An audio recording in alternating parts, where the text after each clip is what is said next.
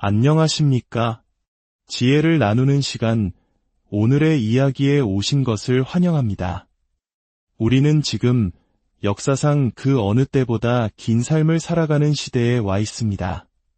100세 시대라는 말이 더 이상 낯설지 않은 오늘, 우리의 노후는 과연 어떤 모습일까요?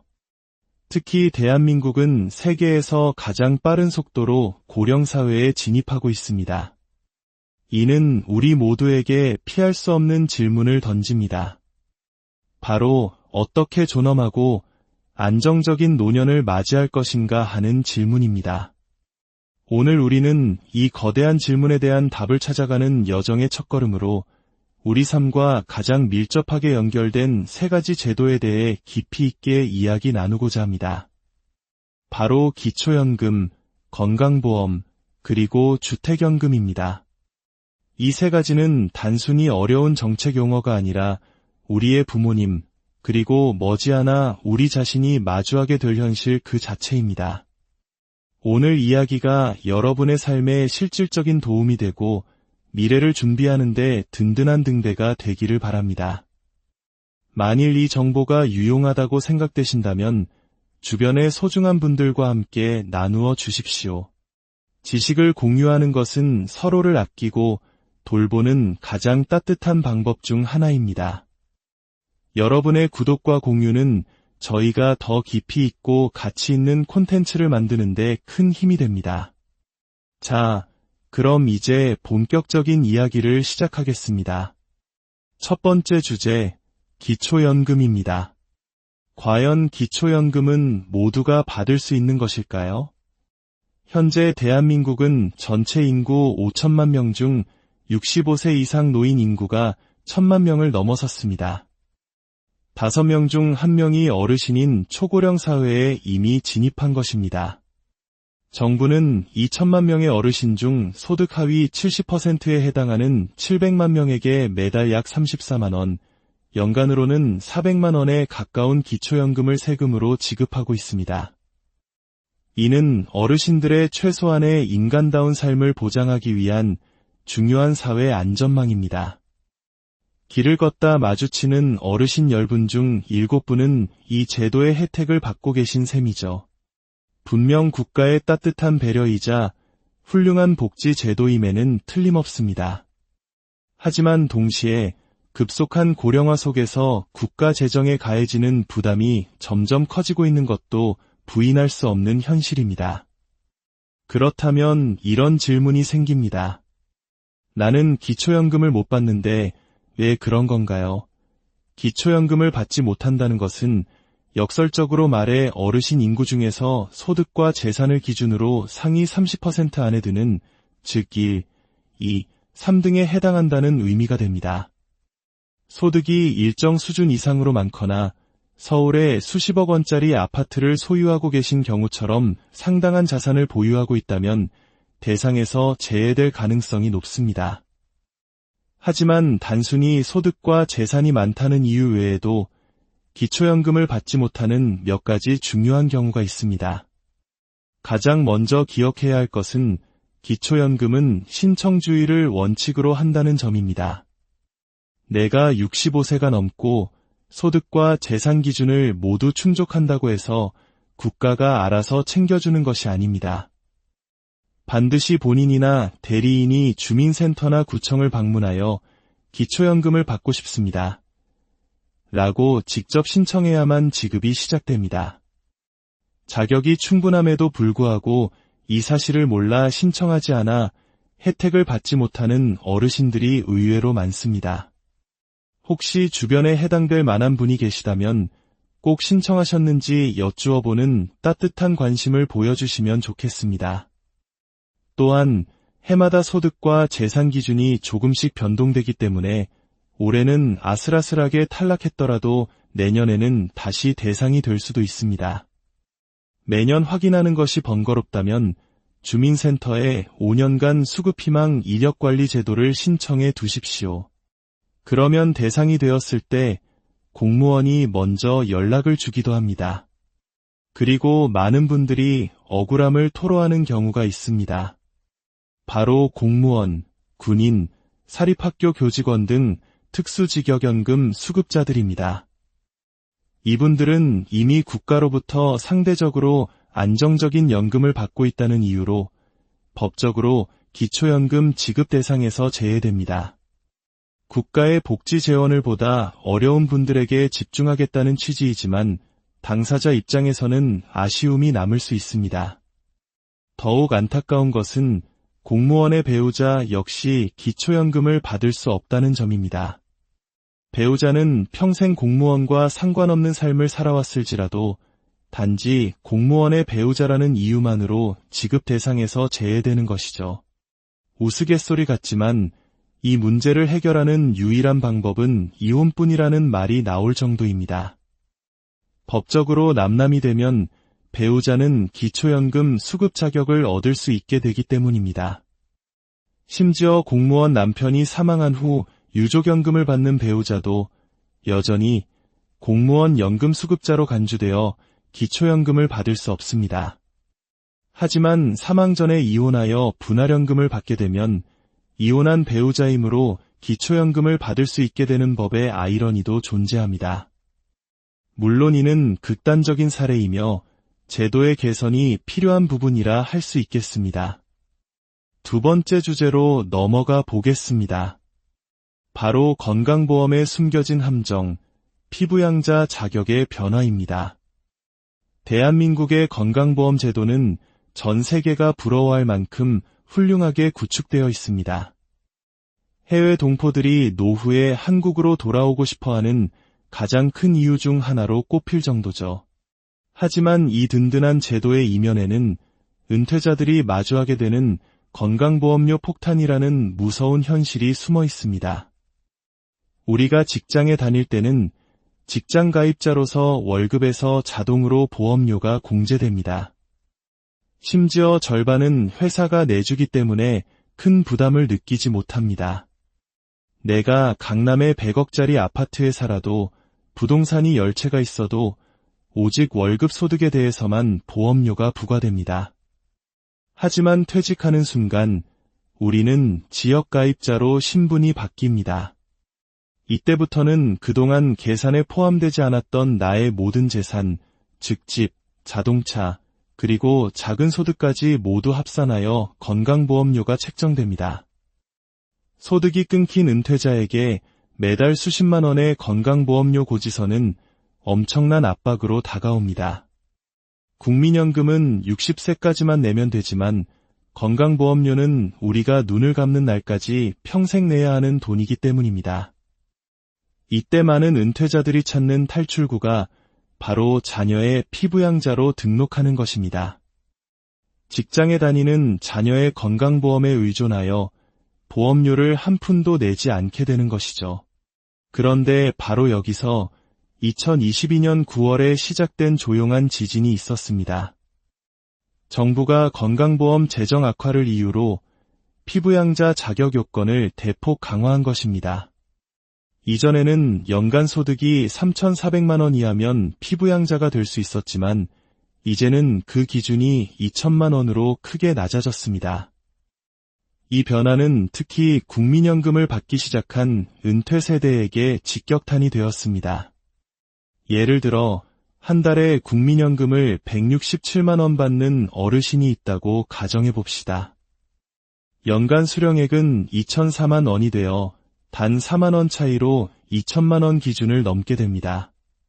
그 순간 이분은 자녀의 피부양자 자격이 박탈되고 당장 다음 달부터 지역가입자로서 본인의 소득과 재산에 대한 건강보험료를 모두 내야 하는 상황에 처하게 됩니다.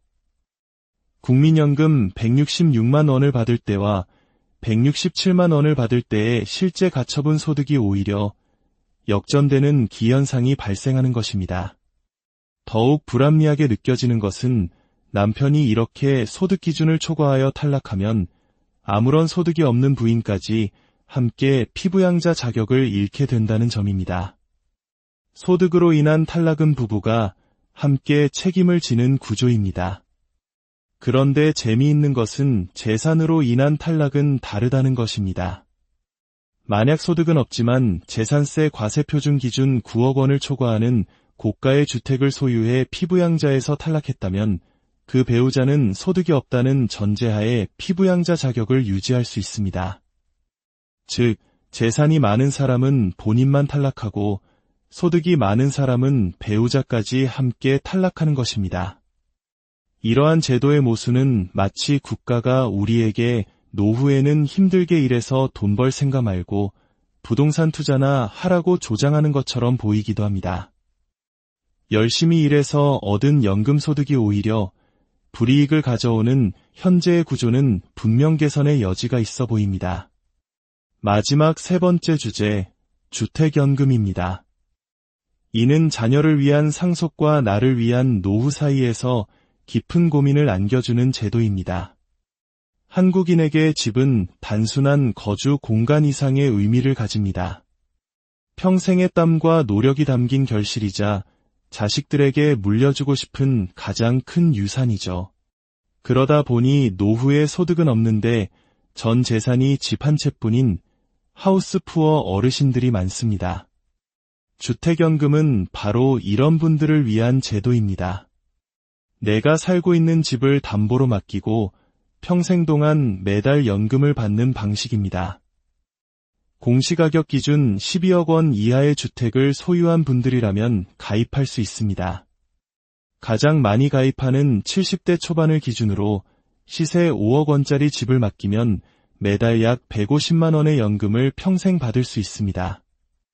기존에 받던 국민연금 100만 원에 주택연금 150만 원이 더해지면 부부가 매달 250만 원의 안정적인 현금 흐름을 확보하게 됩니다. 이 정도면 노후에 큰 어려움 없이 생활을 꾸려나갈 수 있습니다. 참 좋은 제도이지만 많은 부모님들이 주택연금 가입을 망설입니다. 자식에게 해준 것도 없는데 이 집 한 채는 꼭 물려주고 가야지 라는 생각 때문입니다. 자식들 역시 부모님이 저 집이라도 물려주셔야 우리도 살 길이 열릴 텐데 라는 기대를 품고 있을 수 있습니다. 하지만 이 지점에서 우리는 냉정하게 현실을 바라볼 필요가 있습니다. 주택연금을 포기하고 자식에게 손을 벌리는 순간 비극은 시작될 수 있습니다. 부모는 자식 눈치를 보며 용돈을 부탁해야 하고 자식은 자신의 가정을 꾸리기도 벅찬 상황에서 부모님 용돈까지 챙겨야 하는 부담에 힘겨워합니다. 처음에는 효심으로 시작했지만 시간이 지날수록 서로에게 상처만 주는 갈등의 불씨가 되기 쉽습니다. 차라리 부모님이 자녀들을 모두 불러놓고 당당하게 선언하는 것은 어떨까요? 얘들아, 우리 노후 생활비는 우리가 가진 이 집으로 해결하겠다. 너희에게 손 벌리지 않을 테니 너희는 너희 인생 열심히 살아라. 대신 이 집은 우리가 다 쓰고 갈 것이다. 우리가 일찍 세상을 떠나서 남는 돈이 있다면 너희에게 가겠지만 오래 살아서 집값보다 더 많은 연금을 받아도 너희에게 청구되는 일은 없으니 걱정 말아라. 이렇게 금전적으로 관계를 명확히 할 때 부모는 존엄하고 여유로운 노후를 보낼 수 있고 자녀는 부모 부양의 부담에서 벗어나 자신의 삶에 집중할 수 있습니다. 오히려 부모님이 주택연금으로 생활이 넉넉해져 손주들에게 용돈을 쥐어줄 때 가족 관계는 더욱 따뜻하고 건강해질 수 있습니다. 특히 부모님이 사시는 집이 서울 한복판의 인기 아파트가 아니라 경기도 외곽이나 지방의 빌라 혹은 오래된 단독주택이라면 더욱 진지하게 주택연금을 고민해야 합니다. 자녀 입장에서 생각해 보십시오. 그 집을 상속받는다 한들 각종 세금을 내고 나서 그곳에 직접 들어가 살고 싶을까요? 주변에 편의시설도 없고 직장도 먼 그곳을요? 팔려고 내놓아도 쉽게 팔리지 않고 새를 놓으려 해도 들어올 사람을 찾기 어려워 애물단지로 전락할 가능성이 큽니다. 그런 집이라면 하루라도 빨리 가치가 있을 때 주택연금으로 전환하여 현금화하는 것이 부모와 자식 모두에게 가장 현명한 선택일 수 있습니다. 이제 이야기를 마무리할 시간입니다. 저는 연금을 밥에, 주식이나 부동산 투자를 반찬에 비유하고 싶습니다. 우리는 식사를 할 때 김치찌개, 제육볶음 같은 화려하고 맛있는 반찬에 더 관심을 갖습니다. 하지만 생각해 보십시오. 밥 없이 반찬만 먹는다면 너무 짜서 제대로 즐길 수 없습니다. 우리가 맛있는 반찬을 마음껏 즐길 수 있는 이유는 묵묵히 그 자리를 지키는 든든한 밥이 있기 때문입니다. 연금이 바로 우리 노후의 밥입니다. 매달 따박따박 들어오는 안정적인 현금 흐름이라는 밥이 있어야만 우리는 주식이나 부동산이라는 반찬에 투자하며 더 풍요로운 노후를 설계할 수 있습니다. 연금과 투자는 둘 중 하나를 선택하는 대체제가 아니라 서로를 보완해주는 보완제인 것입니다. 한강의 기적을 이끌며 대한민국을 성장시킨 우리 부모님 세대는 축적이 미덕인 시대를 살아오셨습니다. 아끼고 모으고 재산을 불리는 것이 국가와 가정을 살리는 길이었습니다. 하지만 지금 대한민국은 고도 성장기를 지나 성숙기에 접어들었습니다. 성숙한 사회에서는 무조건 쌓아두는 것만이 능사가 아닙니다. 마치 성인이 된 후에도 계속 먹기만 하면 성인병에 걸리듯이 경제도 돈이 한 곳에 고여 있으면 동맥경화에 걸립니다. 이제는 자산을 잘 순환시키는 지혜가 필요합니다. 즉, 잘 쓰는 것이 중요합니다. 어르신들이 주택연금 등을 통해 평생 모은 자산을 소비하며 여유로운 노후를 보내는 것은 단순히 개인의 행복을 넘어 우리 사회 전체에 돈이 돌게 하여 경제에 활력을 불어넣는 이 시대의 새로운 애국일지도 모릅니다. 축적의 시대에서 순환의 시대로, 부양의 의무에서 독립적인 관계로 우리의 생각이 조금만 바뀐다면 100세 시대는 더 이상 두려움의 대상이 아니라 우리 모두가 함께 만들어가는 축복의 시간이 될 것입니다. 오늘 이야기는 여기까지입니다. 여러분의 노후가 든든한 밥처럼 평안하시기를 기원합니다. 안녕하십니까? 지혜를 나누는 시간, 오늘의 이야기에 오신 것을 환영합니다. 우리는 지금 역사상 그 어느 때보다 긴 삶을 살아가는 시대에 와 있습니다. 100세 시대라는 말이 더 이상 낯설지 않은 오늘, 우리의 노후는 과연 어떤 모습일까요? 특히 대한민국은 세계에서 가장 빠른 속도로 고령사회에 진입하고 있습니다. 이는 우리 모두에게 피할 수 없는 질문을 던집니다. 바로 어떻게 존엄하고 안정적인 노년을 맞이할 것인가 하는 질문입니다. 오늘 우리는 이 거대한 질문에 대한 답을 찾아가는 여정의 첫걸음으로 우리 삶과 가장 밀접하게 연결된 세 가지 제도에 대해 깊이 있게 이야기 나누고자 합니다. 바로 기초연금, 건강보험, 그리고 주택연금입니다. 이 세 가지는 단순히 어려운 정책 용어가 아니라 우리의 부모님, 그리고 머지않아 우리 자신이 마주하게 될 현실 그 자체입니다. 오늘 이야기가 여러분의 삶에 실질적인 도움이 되고 미래를 준비하는 데 든든한 등대가 되기를 바랍니다. 만일 이 정보가 유용하다고 생각되신다면 주변의 소중한 분들과 함께 나누어 주십시오. 지식을 공유하는 것은 서로를 아끼고 돌보는 가장 따뜻한 방법 중 하나입니다. 여러분의 구독과 공유는 저희가 더 깊이 있고 가치 있는 콘텐츠를 만드는 데 큰 힘이 됩니다. 자, 그럼 이제 본격적인 이야기를 시작하겠습니다. 첫 번째 주제, 기초연금입니다. 과연 기초연금은 모두가 받을 수 있는 것일까요? 현재 대한민국은 전체 인구 5천만 명 중 65세 이상 노인 인구가 1,000만 명을 넘어섰습니다. 5명 중 1명이 어르신인 초고령 사회에 이미 진입한 것입니다. 정부는 2천만 명의 어르신 중 소득 하위 70%에 해당하는 700만 명에게 매달 약 34만 원, 연간으로는 400만 원에 가까운 기초연금을 세금으로 지급하고 있습니다. 이는 어르신들의 최소한의 인간다운 삶을 보장하기 위한 중요한 사회 안전망입니다. 길을 걷다 마주치는 어르신 10분 중 7분은 이 제도의 혜택을 받고 계신 셈이죠. 분명 국가의 따뜻한 배려이자 훌륭한 복지 제도임에는 틀림없습니다. 하지만 동시에 급속한 고령화 속에서 국가 재정에 가해지는 부담이 점점 커지고 있는 것도 부인할 수 없는 현실입니다. 그렇다면 이런 질문이 생깁니다. 나는 기초연금을 못 받는데 왜 그런 건가요? 기초연금을 받지 못한다는 것은 역설적으로 말해 어르신 인구 중에서 소득과 재산을 기준으로 상위 30% 안에 드는 즉 1, 2, 3등에 해당한다는 의미가 됩니다. 소득이 일정 수준 이상으로 많거나 서울에 수십억 원짜리 아파트를 소유하고 계신 경우처럼 상당한 자산을 보유하고 있다면 대상에서 제외될 가능성이 높습니다. 하지만 단순히 소득과 재산이 많다는 이유 외에도 기초연금을 받지 못하는 몇 가지 중요한 경우가 있습니다. 가장 먼저 기억해야 할 것은 기초연금은 신청주의를 원칙으로 한다는 점입니다. 내가 65세가 넘고 소득과 재산 기준을 모두 충족한다고 해서 국가가 알아서 챙겨주는 것이 아닙니다.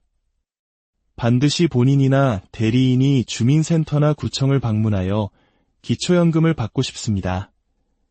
라고 직접 신청해야만 지급이 시작됩니다. 자격이 충분함에도 불구하고 이 사실을 몰라 신청하지 않아 혜택을 받지 못하는 어르신들이 의외로 많습니다. 혹시 주변에 해당될 만한 분이 계시다면 꼭 신청하셨는지 여쭈어보는 따뜻한 관심을 보여주시면 좋겠습니다.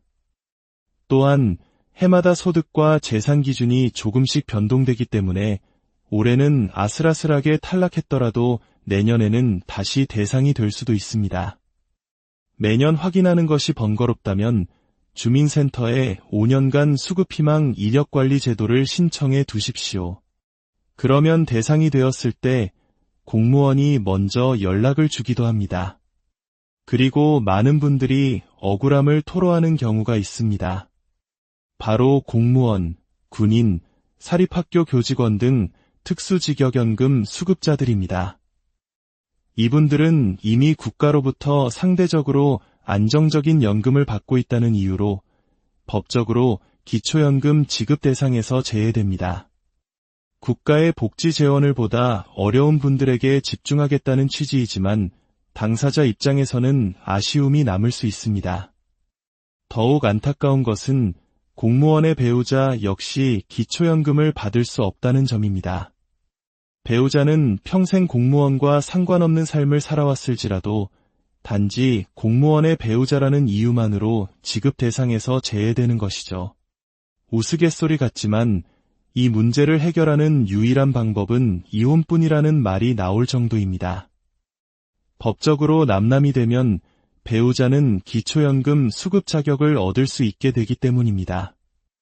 심지어 공무원 남편이 사망한 후 유족연금을 받는 배우자도 여전히 공무원 연금 수급자로 간주되어 기초연금을 받을 수 없습니다. 하지만 사망 전에 이혼하여 분할연금을 받게 되면 이혼한 배우자이므로 기초연금을 받을 수 있게 되는 법의 아이러니도 존재합니다. 물론 이는 극단적인 사례이며 제도의 개선이 필요한 부분이라 할 수 있겠습니다. 두 번째 주제로 넘어가 보겠습니다. 바로 건강보험에 숨겨진 함정, 피부양자 자격의 변화입니다. 대한민국의 건강보험 제도는 전 세계가 부러워할 만큼 훌륭하게 구축되어 있습니다. 해외 동포들이 노후에 한국으로 돌아오고 싶어하는 가장 큰 이유 중 하나로 꼽힐 정도죠.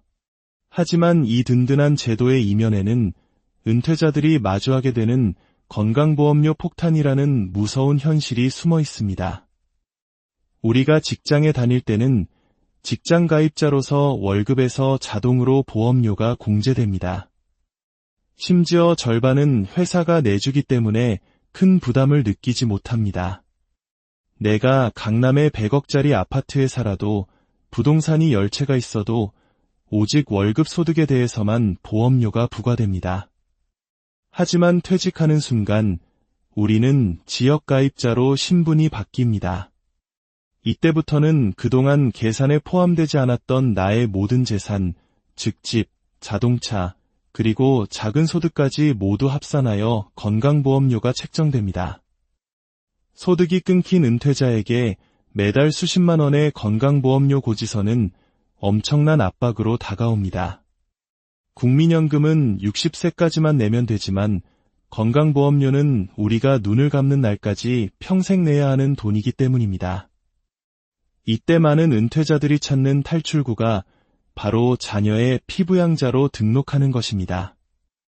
직장에 다니는 자녀의 건강보험에 의존하여 보험료를 한 푼도 내지 않게 되는 것이죠. 그런데 바로 여기서 2022년 9월에 시작된 조용한 지진이 있었습니다. 정부가 건강보험 재정 악화를 이유로 피부양자 자격 요건을 대폭 강화한 것입니다. 이전에는 연간 소득이 3,400만 원 이하면 피부양자가 될 수 있었지만 이제는 그 기준이 2천만 원으로 크게 낮아졌습니다. 이 변화는 특히 국민연금을 받기 시작한 은퇴 세대에게 직격탄이 되었습니다. 예를 들어 한 달에 국민연금을 167만 원 받는 어르신이 있다고 가정해 봅시다. 연간 수령액은 2,004만 원이 되어 단 4만 원 차이로 2천만 원 기준을 넘게 됩니다. 그 순간 이분은 자녀의 피부양자 자격이 박탈되고 당장 다음 달부터 지역가입자로서 본인의 소득과 재산에 대한 건강보험료를 모두 내야 하는 상황에 처하게 됩니다. 국민연금 166만 원을 받을 때와 167만 원을 받을 때의 실제 가처분 소득이 오히려 역전되는 기현상이 발생하는 것입니다. 더욱 불합리하게 느껴지는 것은 남편이 이렇게 소득 기준을 초과하여 탈락하면 아무런 소득이 없는 부인까지 함께 피부양자 자격을 잃게 된다는 점입니다. 소득으로 인한 탈락은 부부가 함께 책임을 지는 구조입니다.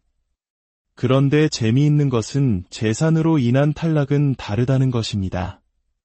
만약 소득은 없지만 재산세 과세표준 기준 9억 원을 초과하는 고가의 주택을 소유해 피부양자에서 탈락했다면 그 배우자는 소득이 없다는 전제하에 피부양자 자격을 유지할 수 있습니다. 즉, 재산이 많은 사람은 본인만 탈락하고 소득이 많은 사람은 배우자까지 함께 탈락하는 것입니다. 이러한 제도의 모순은 마치 국가가 우리에게 노후에는 힘들게 일해서 돈 벌 생각 말고 부동산 투자나 하라고 조장하는 것처럼 보이기도 합니다. 열심히 일해서 얻은 연금소득이 오히려 불이익을 가져오는 현재의 구조는 분명 개선의 여지가 있어 보입니다. 마지막 세 번째 주제, 주택연금입니다. 이는 자녀를 위한 상속과 나를 위한 노후 사이에서 깊은 고민을 안겨주는 제도입니다. 한국인에게 집은 단순한 거주 공간 이상의 의미를 가집니다. 평생의 땀과 노력이 담긴 결실이자 자식들에게 물려주고 싶은 가장 큰 유산이죠. 그러다 보니 노후에 소득은 없는데 전 재산이 집 한 채뿐인 하우스푸어 어르신들이 많습니다. 주택연금은 바로 이런 분들을 위한 제도입니다. 내가 살고 있는 집을 담보로 맡기고 평생 동안 매달 연금을 받는 방식입니다. 공시가격 기준 12억 원 이하의 주택을 소유한 분들이라면 가입할 수 있습니다. 가장 많이 가입하는 70대 초반을 기준으로 시세 5억 원짜리 집을 맡기면 매달 약 150만 원의 연금을 평생 받을 수 있습니다. 기존에 받던 국민연금 100만 원에 주택연금 150만 원이 더해지면 부부가 매달 250만 원의 안정적인 현금 흐름을 확보하게 됩니다. 이 정도면 노후에 큰 어려움 없이 생활을 꾸려나갈 수 있습니다. 참 좋은 제도이지만 많은 부모님들이 주택연금 가입을 망설입니다. 자식에게 해준 것도 없는데 이 집 한 채는 꼭 물려주고 가야지 라는 생각 때문입니다. 자식들 역시 부모님이 저 집이라도 물려주셔야 우리도 살 길이 열릴 텐데 라는 기대를 품고 있을 수 있습니다. 하지만 이 지점에서 우리는 냉정하게 현실을 바라볼 필요가 있습니다. 주택연금을 포기하고 자식에게 손을 벌리는 순간 비극은 시작될 수 있습니다. 부모는 자식 눈치를 보며 용돈을 부탁해야 하고 자식은 자신의 가정을 꾸리기도 벅찬 상황에서 부모님 용돈까지 챙겨야 하는 부담에 힘겨워합니다. 처음에는 효심으로 시작했지만 시간이 지날수록 서로에게 상처만 주는 갈등의 불씨가 되기 쉽습니다. 차라리 부모님이 자녀들을 모두 불러놓고 당당하게 선언하는 것은 어떨까요? 얘들아, 우리 노후 생활비는 우리가 가진 이 집으로 해결하겠다. 너희에게 손 벌리지 않을 테니 너희는 너희 인생 열심히 살아라. 대신 이 집은 우리가 다 쓰고 갈 것이다. 우리가 일찍 세상을 떠나서 남는 돈이 있다면 너희에게 가겠지만 오래 살아서 집값보다 더 많은 연금을 받아도 너희에게 청구되는 일은 없으니 걱정 말아라. 이렇게 금전적으로 관계를 명확히 할 때 부모는 존엄하고 여유로운 노후를 보낼 수 있고 자녀는 부모 부양의 부담에서 벗어나 자신의 삶에 집중할 수 있습니다. 오히려 부모님이 주택연금으로 생활이 넉넉해져 손주들에게 용돈을 쥐어줄 때 가족 관계는 더욱 따뜻하고 건강해질 수 있습니다. 특히 부모님이 사시는 집이 서울 한복판의 인기 아파트가 아니라 경기도 외곽이나 지방의 빌라 혹은 오래된 단독주택이라면 더욱 진지하게 주택연금을 고민해야 합니다. 자녀 입장에서 생각해 보십시오. 그 집을 상속받는다 한들 각종 세금을 내고 나서 그곳에 직접 들어가 살고 싶을까요? 주변에 편의시설도 없고 직장도 먼 그곳을요? 팔려고 내놓아도 쉽게 팔리지 않고 새를 놓으려 해도 들어올 사람을 찾기 어려워 애물단지로 전락할 가능성이 큽니다. 그런 집이라면 하루라도 빨리 가치가 있을 때 주택연금으로 전환하여 현금화하는 것이 부모와 자식 모두에게 가장 현명한 선택일 수 있습니다. 이제 이야기를 마무리할 시간입니다. 저는 연금을 밥에, 주식이나 부동산 투자를 반찬에 비유하고 싶습니다. 우리는 식사를 할 때 김치찌개, 제육볶음 같은 화려하고 맛있는 반찬에 더 관심을 갖습니다. 하지만 생각해 보십시오. 밥 없이 반찬만 먹는다면 너무 짜서 제대로 즐길 수 없습니다. 우리가 맛있는 반찬을 마음껏 즐길 수 있는 이유는 묵묵히 그 자리를 지키는 든든한 밥이 있기 때문입니다. 연금이 바로 우리 노후의 밥입니다. 매달 따박따박 들어오는 안정적인 현금 흐름이라는 밥이 있어야만 우리는 주식이나 부동산이라는 반찬에 투자하며 더 풍요로운 노후를 설계할 수 있습니다. 연금과 투자는 둘 중 하나를 선택하는 대체제가 아니라 서로를 보완해주는 보완제인 것입니다. 한강의 기적을 이끌며 대한민국을 성장시킨 우리 부모님 세대는 축적이 미덕인 시대를 살아오셨습니다. 아끼고 모으고 재산을 불리는 것이 국가와 가정을 살리는 길이었습니다. 하지만 지금 대한민국은 고도 성장기를 지나 성숙기에 접어들었습니다. 성숙한 사회에서는 무조건 쌓아두는 것만이 능사가 아닙니다. 마치 성인이 된 후에도 계속 먹기만 하면 성인병에 걸리듯이 경제도 돈이 한 곳에 고여 있으면 동맥경화에 걸립니다. 이제는 자산을 잘 순환시키는 지혜가 필요합니다. 즉, 잘 쓰는 것이 중요합니다. 어르신들이 주택연금 등을 통해 평생 모은 자산을 소비하며 여유로운 노후를 보내는 것은 단순히 개인의 행복을 넘어 우리 사회 전체에 돈이 돌게 하여 경제에 활력을 불어넣는 이 시대의 새로운 애국일지도 모릅니다. 축적의 시대에서 순환의 시대로, 부양의 의무에서 독립적인 관계로, 우리의 생각이 조금만 바뀐다면 100세 시대는 더 이상 두려움의 대상이 아니라 우리 모두가 함께 만들어가는 축복의 시간이 될 것입니다. 오늘 이야기는 여기까지입니다. 여러분의 노후가 든든한 밥처럼 평안하시기를 기원합니다. 안녕하십니까? 지혜를 나누는 시간, 오늘의 이야기에 오신 것을 환영합니다. 우리는 지금 역사상 그 어느 때보다 긴 삶을 살아가는 시대에 와 있습니다.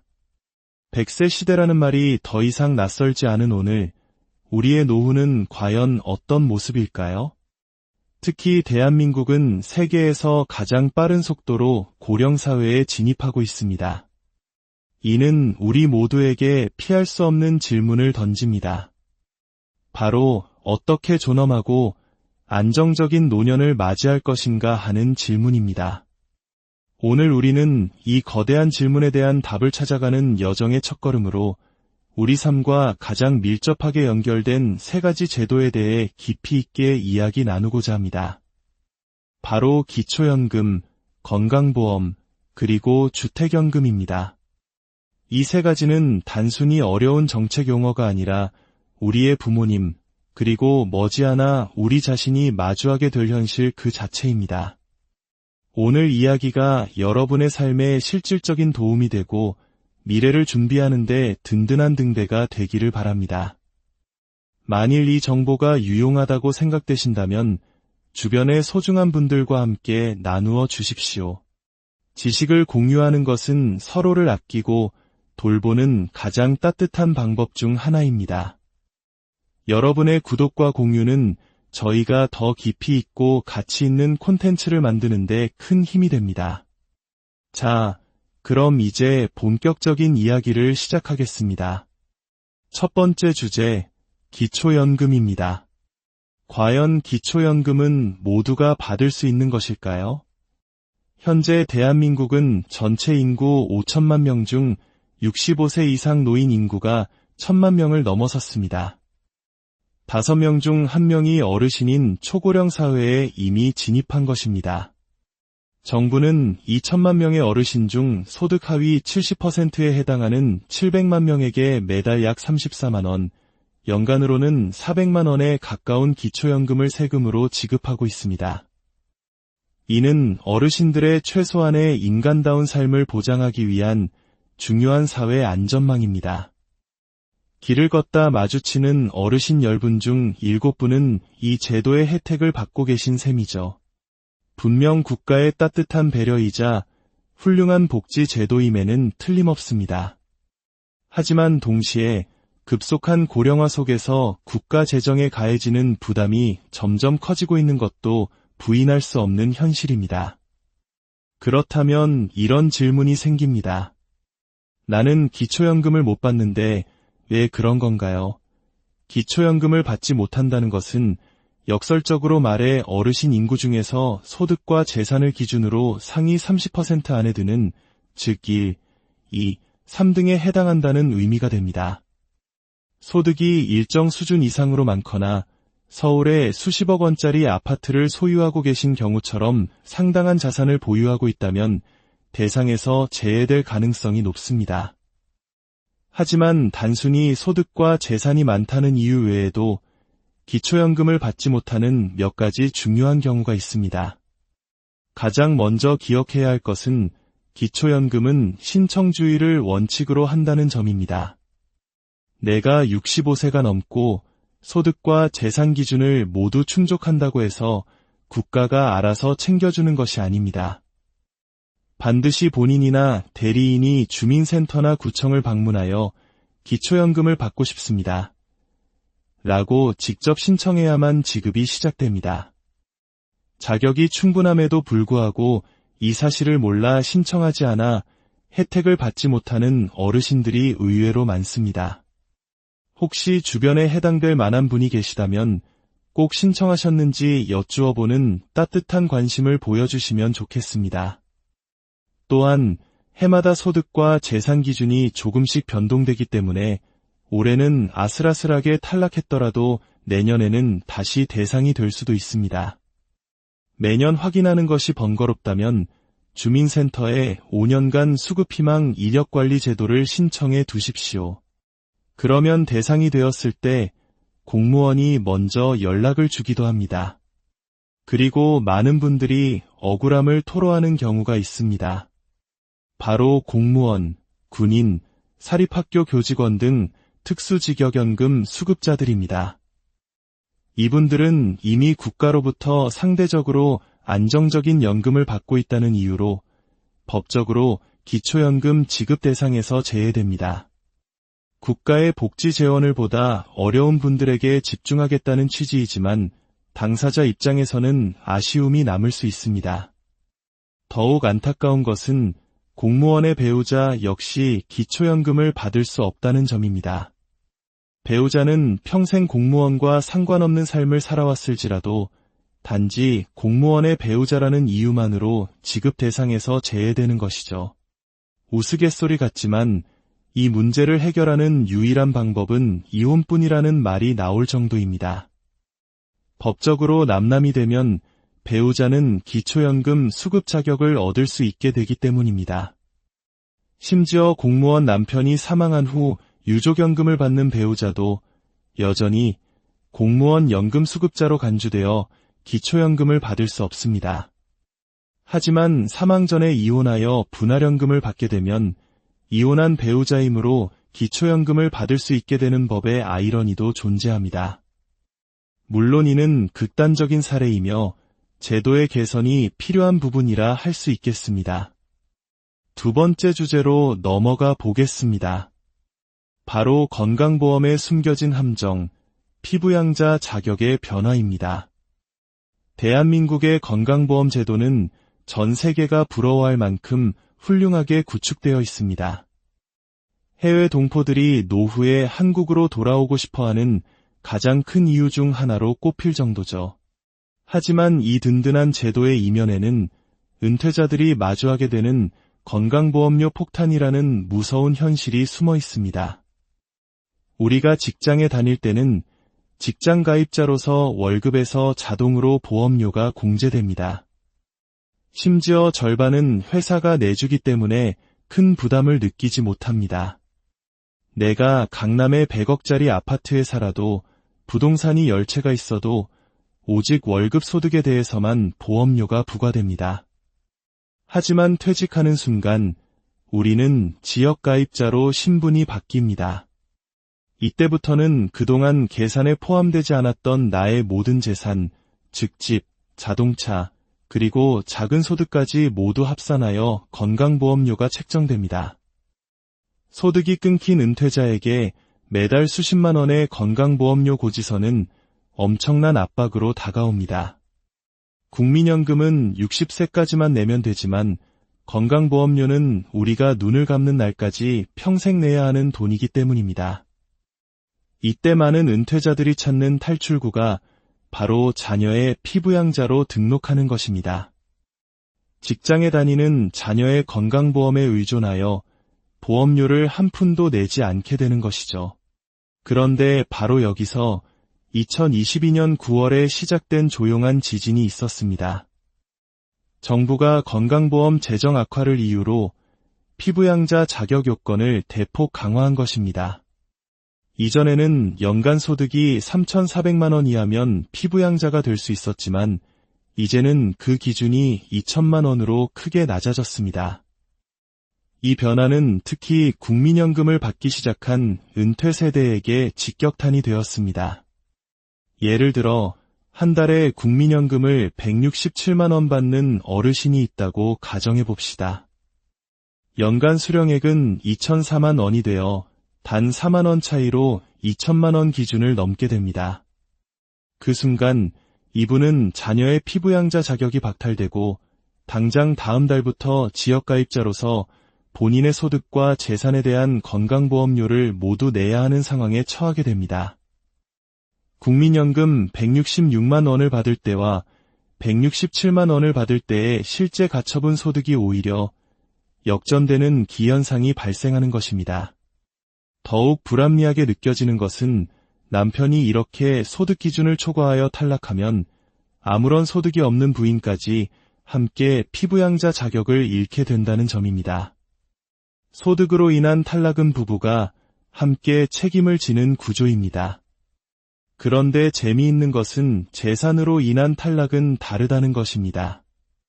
만약 소득은 없지만 재산세 과세표준 기준 9억 원을 초과하는 고가의 주택을 소유해 피부양자에서 탈락했다면 그 배우자는 소득이 없다는 전제하에 피부양자 자격을 유지할 수 있습니다. 즉, 재산이 많은 사람은 본인만 탈락하고 소득이 많은 사람은 배우자까지 함께 탈락하는 것입니다. 이러한 제도의 모순은 마치 국가가 우리에게 노후에는 힘들게 일해서 돈 벌 생각 말고 부동산 투자나 하라고 조장하는 것처럼 보이기도 합니다. 열심히 일해서 얻은 연금 소득이 오히려 불이익을 가져오는 현재의 구조는 분명 개선의 여지가 있어 보입니다. 마지막 세 번째 주제, 주택연금입니다. 이는 자녀를 위한 상속과 나를 위한 노후 사이에서 깊은 고민을 안겨주는 제도입니다. 한국인에게 집은 단순한 거주 공간 이상의 의미를 가집니다. 평생의 땀과 노력이 담긴 결실이자 자식들에게 물려주고 싶은 가장 큰 유산이죠. 그러다 보니 노후에 소득은 없는데 전 재산이 집 한 채뿐인 하우스푸어 어르신들이 많습니다. 주택연금은 바로 이런 분들을 위한 제도입니다. 내가 살고 있는 집을 담보로 맡기고 평생 동안 매달 연금을 받는 방식입니다. 공시가격 기준 12억 원 이하의 주택을 소유한 분들이라면 가입할 수 있습니다. 가장 많이 가입하는 70대 초반을 기준으로 시세 5억 원짜리 집을 맡기면 매달 약 150만 원의 연금을 평생 받을 수 있습니다. 기존에 받던 국민연금 100만 원에 주택연금 150만 원이 더해지면 부부가 매달 250만 원의 안정적인 현금 흐름을 확보하게 됩니다. 이 정도면 노후에 큰 어려움 없이 생활을 꾸려나갈 수 있습니다. 참 좋은 제도이지만 많은 부모님들이 주택연금 가입을 망설입니다. 자식에게 해준 것도 없는데 이 집 한 채는 꼭 물려주고 가야지 라는 생각 때문입니다. 자식들 역시 부모님이 저 집이라도 물려주셔야 우리도 살 길이 열릴 텐데 라는 기대를 품고 있을 수 있습니다. 하지만 이 지점에서 우리는 냉정하게 현실을 바라볼 필요가 있습니다. 주택연금을 포기하고 자식에게 손을 벌리는 순간 비극은 시작될 수 있습니다. 부모는 자식 눈치를 보며 용돈을 부탁해야 하고 자식은 자신의 가정을 꾸리기도 벅찬 상황에서 부모님 용돈까지 챙겨야 하는 부담에 힘겨워합니다. 처음에는 효심으로 시작했지만 시간이 지날수록 서로에게 상처만 주는 갈등의 불씨가 되기 쉽습니다. 차라리 부모님이 자녀들을 모두 불러놓고 당당하게 선언하는 것은 어떨까요? 얘들아, 우리 노후 생활비는 우리가 가진 이 집으로 해결하겠다. 너희에게 손 벌리지 않을 테니 너희는 너희 인생 열심히 살아라. 대신 이 집은 우리가 다 쓰고 갈 것이다. 우리가 일찍 세상을 떠나서 남는 돈이 있다면 너희에게 가겠지만 오래 살아서 집값보다 더 많은 연금을 받아도 너희에게 청구되는 일은 없으니 걱정 말아라. 이렇게 금전적으로 관계를 명확히 할 때 부모는 존엄하고 여유로운 노후를 보낼 수 있고 자녀는 부모 부양의 부담에서 벗어나 자신의 삶에 집중할 수 있습니다. 오히려 부모님이 주택연금으로 생활이 넉넉해져 손주들에게 용돈을 쥐어줄 때 가족 관계는 더욱 따뜻하고 건강해질 수 있습니다.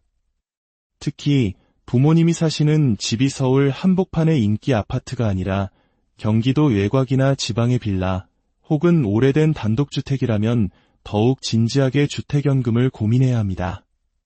자녀 입장에서 생각해 보십시오. 그 집을 상속받는다 한들 각종 세금을 내고 나서 그곳에 직접 들어가 살고 싶을까요?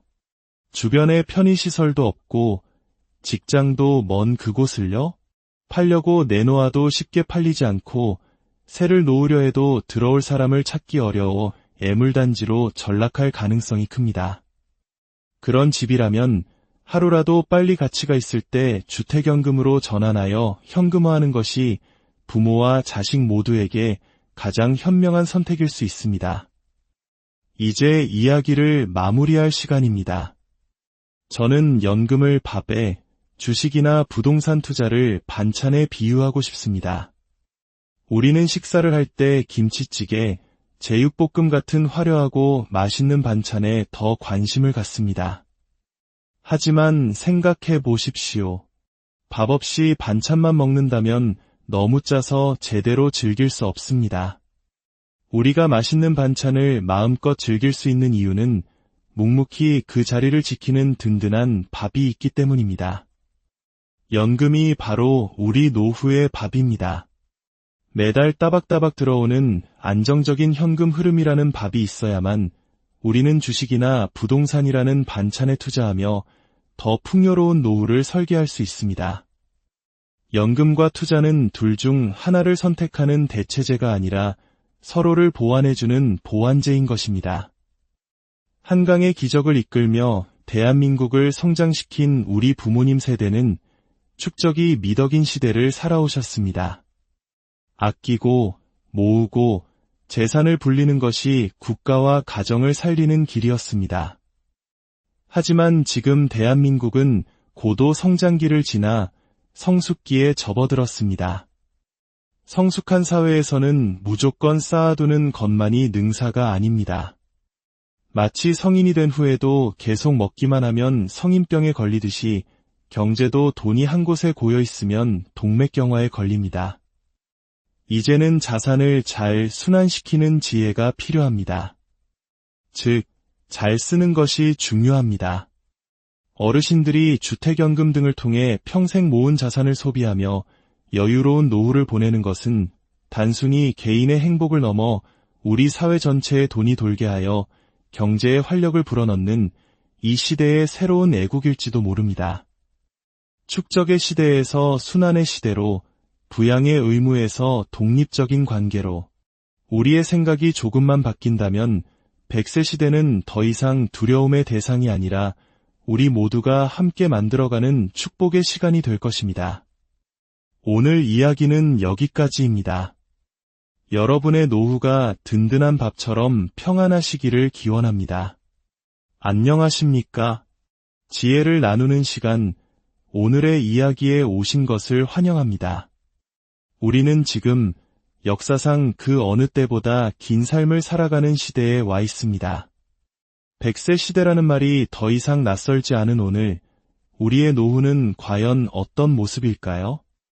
특히 대한민국은 세계에서 가장 빠른 속도로 고령사회에 진입하고 있습니다. 이는 우리 모두에게 피할 수 없는 질문을 던집니다. 바로 어떻게 존엄하고 안정적인 노년을 맞이할 것인가 하는 질문입니다. 오늘 우리는 이 거대한 질문에 대한 답을 찾아가는 여정의 첫걸음으로 우리 삶과 가장 밀접하게 연결된 세 가지 제도에 대해 깊이 있게 이야기 나누고자 합니다. 바로 기초연금, 건강보험, 그리고 주택연금입니다. 이 세 가지는 단순히 어려운 정책 용어가 아니라 우리의 부모님, 그리고 머지않아 우리 자신이 마주하게 될 현실 그 자체입니다. 오늘 이야기가 여러분의 삶에 실질적인 도움이 되고 미래를 준비하는 데 든든한 등대가 되기를 바랍니다. 만일 이 정보가 유용하다고 생각되신다면 주변의 소중한 분들과 함께 나누어 주십시오. 지식을 공유하는 것은 서로를 아끼고 돌보는 가장 따뜻한 방법 중 하나입니다. 여러분의 구독과 공유는 저희가 더 깊이 있고 가치 있는 콘텐츠를 만드는 데 큰 힘이 됩니다.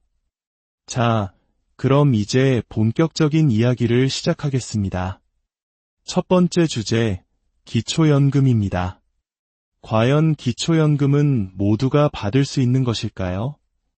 현재 대한민국은 전체 인구 5천만 명 중 65세 이상 노인 인구가 1,000만 명을 넘어섰습니다. 5명 중 1명이 어르신인 초고령 사회에 이미 진입한 것입니다. 정부는 2천만 명의 어르신 중 소득 하위 70%에 해당하는 700만 명에게 매달 약 34만 원, 연간으로는 400만 원에 가까운 기초연금을 세금으로 지급하고 있습니다. 이는 어르신들의 최소한의 인간다운 삶을 보장하기 위한 중요한 사회 안전망입니다.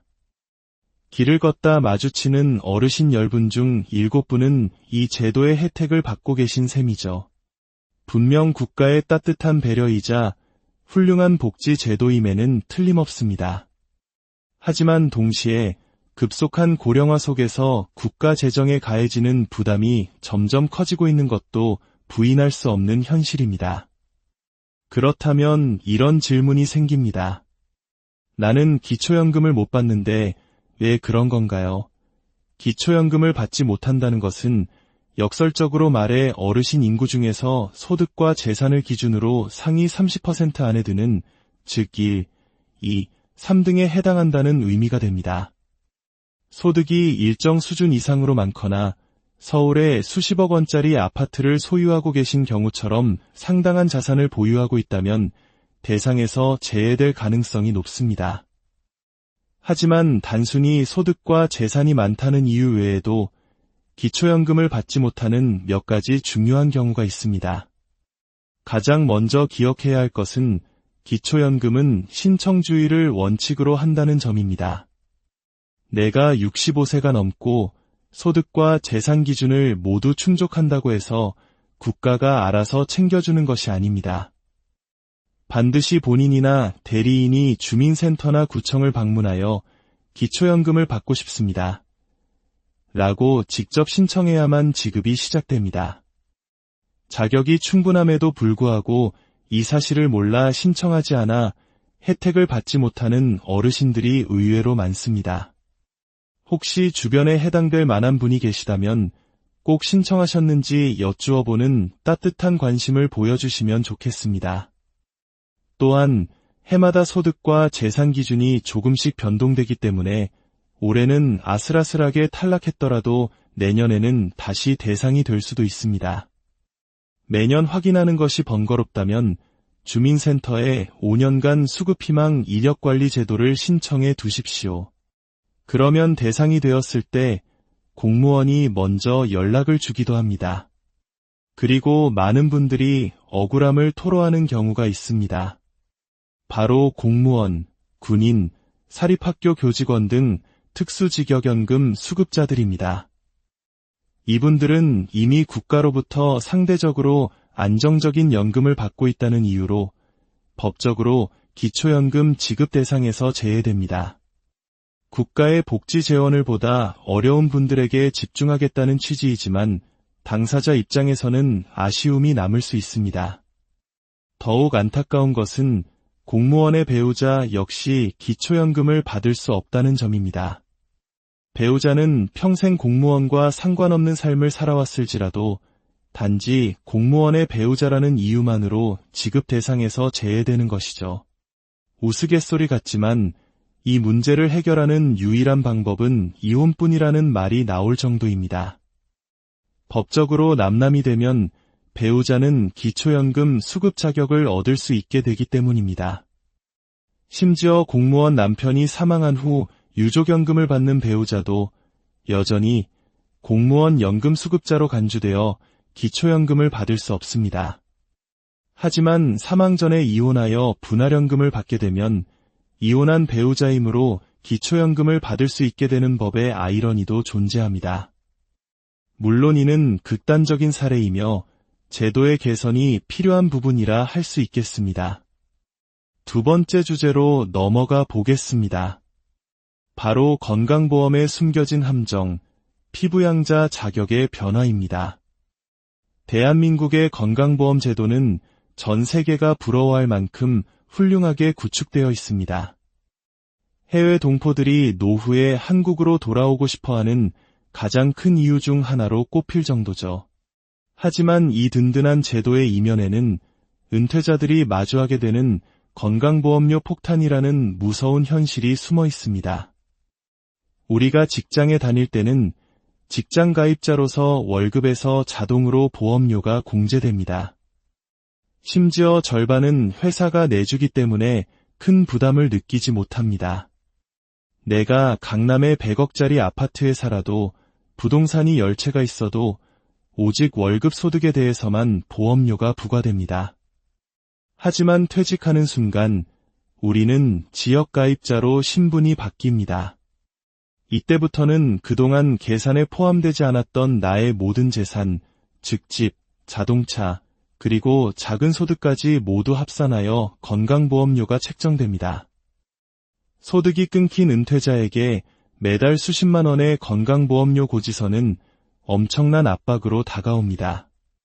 국민연금은 60세까지만 내면 되지만 건강보험료는 우리가 눈을 감는 날까지 평생 내야 하는 돈이기 때문입니다. 이때 많은 은퇴자들이 찾는 탈출구가 바로 자녀의 피부양자로 등록하는 것입니다. 직장에 다니는 자녀의 건강보험에